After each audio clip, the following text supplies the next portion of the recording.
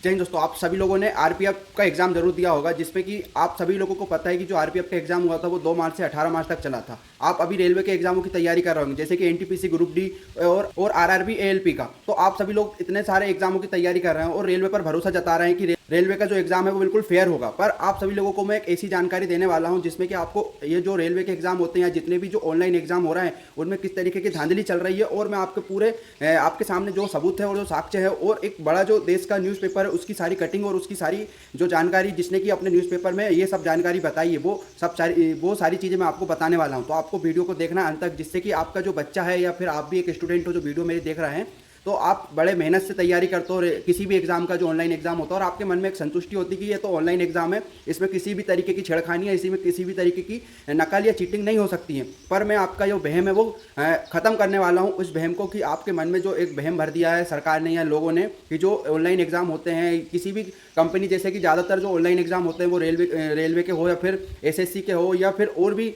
State exam हो, जो कि ज़्यादातर जो टीसीएस है वो इस एग्ज़ाम को कंडक्ट कराती है। पर मैं आपको इन सब का खुलासा करने वाला हूं कि इन सारे एग्ज़ामों में किस तरीके से धांधली चल रही है और इनमें किस तरीके से डील कर कर कुछ सेलेक्टेड लोगों को ही सेलेक्ट कर रहे हो। आप लोग पढ़ पढ़ कर अपने बालों को पका ले रहे हो, अपनी आंखों को अंदर घुस जा रही है। आपके मम्मी पापा सपने देख देख कर परेशान है कि मेरा लाडला बेटा कब नौकरी लगेगा, सरकारी नौकरी, और हमारे सपने पूरे करेगा। और आप बाहर पढ़ पढ़ कर अपने मम्मी पापा का खून पसीने का पैसा उसको बर्बाद करने में लगे हो, और आपको पता भी नहीं चल रहा और आपके पीछे से कोई इस तरीके की धांधली कर रहा है और आपके साथ धोखा हो रहा है। अगर आप ये वीडियो को देखोगे पूरा लास्ट तक तो आपको ये समझ में आएगा कि किस तरीके से धांधली हो रही है। तो आप सभी लोगों ने देखा है कि जो रेलवे का एग्ज़ाम चल रहा था 2 मार्च से लेकर 18 मार्च तक आरपीएफ का, जिसमें कि आप सभी लोगों ने एग्ज़ाम दिया होगा, 3 शिफ्ट में ये एग्ज़ाम हो रहा था। तो इसमें क्या हुआ कि आप सभी लोगों ने देखा होगा कि एक पत्रिका है, न्यूज़पेपर, जो कि आप सभी लोगों के घर आता भी होगा, उसमें पूरा क्लियर कट में लिखा हुआ है और पूरा क्लियर कट में 10-10 हज़ार रुपये में नकल हो रही थी। आप सभी लोग ये देख सकते हो, ये कटिंग है, और जो अपराधी लोग हैं वो भी पकड़ा चुके हैं, जो चीटिंग करवा रहे थे और जो चीटिंग कर रहे थे दोनों पकड़ा चुके हैं। और इसके बारे में ये जानकारी है जो कि अभी तक किसी भी बड़े न्यूज़पेपर ने या किसी भी बड़े न्यूज़ चैनल ने इसके बारे में नहीं बताया। तो मैं आपको बताने वाला हूँ कि ये आप देख सकते हो कि 10-10 हज़ार रुपये में चीटिंग चल रही थी। और आप लोगों को ये भी पता होगा कि ये जो एग्ज़ाम में चीटिंग हो रही थी वो किस तारीख को हो रही थी, ये 6 मार्च को हो रही थी, दूसरी या तीसरी शिफ्ट में। तो आप सभी लोग देख सकते हो कि जहां आप लोग एक छोटा सा जो पेंट का चिप रहता है उसको भी ले जाने के लिए आपको परमिशन लेनी होती है, और यहाँ ये इतनी बड़ी बड़ी चीटिंगें कर कर चिट ले जा रहे हैं। और जो इंजीनियर था वहाँ का, जो नेटवर्क कंट्रोल कर रहा था, जो सॉफ्टवेयर को कंट्रोल कर रहा था, हार्डवेयर को कंट्रोल कर रहा था, जिस सेंटर पर ये चीटिंग की खुलासा हुआ, ये ग्वालियर के एक कॉलेज का हुआ है। इसका नाम भी आपको दिख रहा होगा और ये कॉलेज भी आपको दिख रहा होगा साइड में। तो इस कॉलेज में ये चीटिंग होती है। इसमें खुलासा होता है कि ये दो लोग पकड़ा है, इनका नाम भी आपको दिख रहा है, और जो चीटिंग करा रहा था, जो कि मैंने आपको बताया कि वो नेटवर्क इंजीनियर था, जो कि एडमिन था वहाँ का। तो अगर एडमिन इस तरीके से चीटिंग करवा सकता है तो फिर कुछ भी हो सकता हो। और आज के ज़माने में एआई चल रहा है, जहाँ की टेक्नोलॉजी इतनी बढ़ चुकी है कि कुछ भी हो सकता है। और सरकार पर आप कैसे भरोसा कर सकते हो कि आपका जो एग्ज़ाम है वो बिल्कुल फेयर हो रहा है। यहाँ आपने देखा होगा कि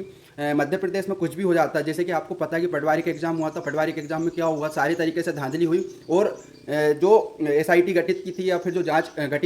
टीम गठित की थी उसने आज तक क्या रिपोर्ट दी, और क्या हुआ, आज तक कुछ नहीं हुआ। आपने देखा एमपी पुलिस का रिजल्ट आया, उसमें क्या हुआ, धांधली होती है और कुछ नहीं होता, और जो धांधली करके अभी नौकरी के लिए चढ़ रहे हैं। तो इसी तरीके से कितने सारे एग्जाम होते हैं, और आप बिल्कुल विश्वास कर लेते हो कि यार हमारे अंदर कोई गलती है या फिर हमने मेहनत नहीं की है इसलिए हमारा सिलेक्शन नहीं हो। आपका सिलेक्शन कैसे होगा जब सारी सीट बुक हो जाएगी पहले से ही, तो आपका सिलेक्शन कैसे होगा, आप ये सोच कर देखो। तो इस कॉलेज में इस तरीके से धांधली हुई, जहाँ 10-10 हज़ार रुपये में चीटिंग करवाई गई, और जहाँ आप एक पेन की चिप ले जाने के लिए भी इनसे पूछना पड़ता है या आप इनकी मशीन में डिटेक्ट हो जाते हो। यहाँ पर इतने बड़े बड़े सर्विलांस रहते हैं। आप सभी लोगों ने एग्जाम दिए होंगे, उस एग्जाम में आप अपनी ऐसी आंख करके नहीं देख सकते हो किसी को, और यहाँ पर ये लोग चीटिंग कर रहे हैं। जो कि गुरु वहाँ का कॉलेज का प्रबंधक था वो चीटिंग करवा रहा है। तो कुछ भी हो सकता है, और आप ऐसे कैसे विश्वास कर सकते हो कि रेलवे का एग्जाम बिल्कुल फेयर हो रहा है, या किसी भी ऑनलाइन एग्जाम में आप जाते हो और आपके मन में यही पैदा होता होगा शंका कि यार हम तो जो ऑनलाइन एग्जाम देने जा रहे हैं वो तो बिल्कुल फेयर हो रहा है, उसमें किसी भी तरीके की चीटिंग नहीं हो सकती है। पर आप ये न्यूज़ पढ़ोगे तो आपको समझ में आएगा। इस न्यूज़ का मैं आपको नीचे इस न्यूज़ पेपर का मैं आपको कटिंग का और इसकी ऑफिशियल साइट का जो न्यूज़ छापी पत्रिका ने उसका मैं आपको डिस्क्रिप्शन बॉक्स में लिंक दे दूंगा। आप जाकर इस न्यूज़ को जरूर पढ़िए, जिसमें कि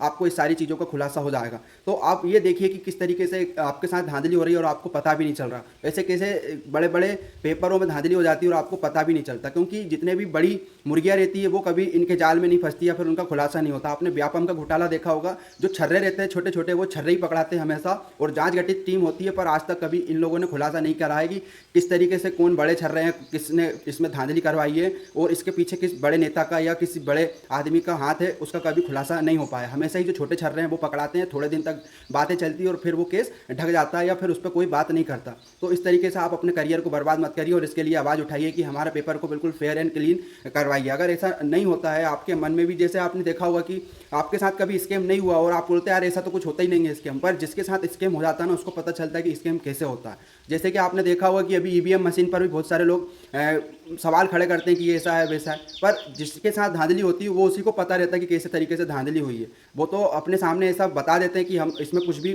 खराबी नहीं है या कुछ भी इसमें कोई कर नहीं सकता, पर जो आजकल के ज़माने में आप देख रहे हो कि टेक्नोलॉजी इतनी बढ़ चुकी है कि कुछ भी हो सकता है, फिर इनकी बातों पर अपन कैसे विश्वास कर सकते हैं जहाँ पर